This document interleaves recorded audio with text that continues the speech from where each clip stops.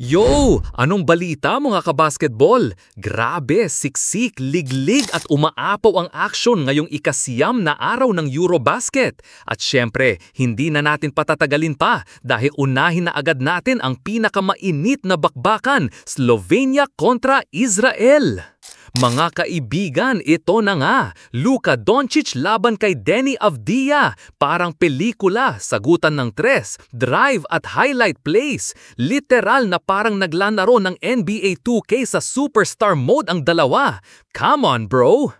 Pero mga bro, ibang klase si Luka Magic. Hawak niya yung laro parang remote control. Gusto niyang bilisan, bibilis. Gusto niyang bagalan, babagal. Israel, habol ng habol hanggang sa maubusan ng gasolina. Final score, 106-96. Slovenia wins.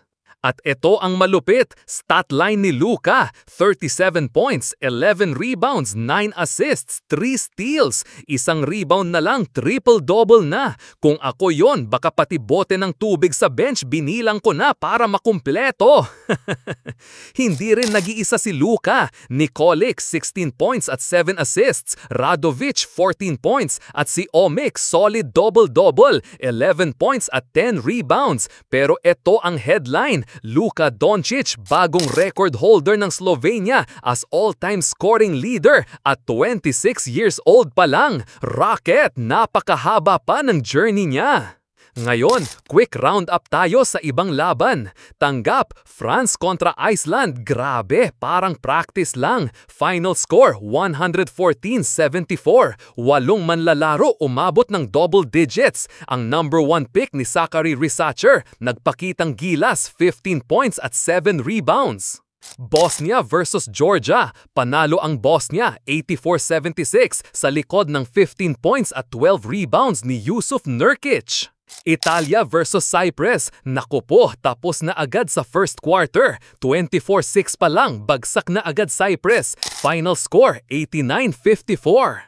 At ito pa, Greece kontra Spain. Thriller to mga bro. Greece muntik ng itapon ang 16-point lead pero sa dulo, Greek freak Giannis Antetokounmpo umatake. 25 points, 14 rebounds, 9 assists. Kasama pa si Tyler Dorsey, 22 points. Spain, first time sa Eurobasket history na hindi aabot sa round of 16. History yan pero hindi magandang history.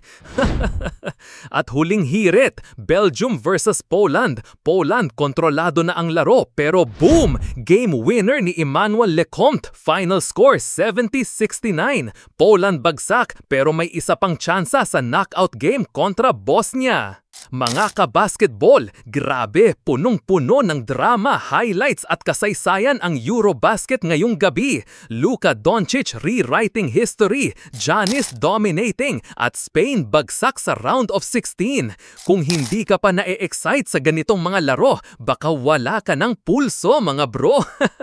Abang-abang lang dahil bukas siguradong mas matindi pa ang sagupaan dito sa Eurobasket.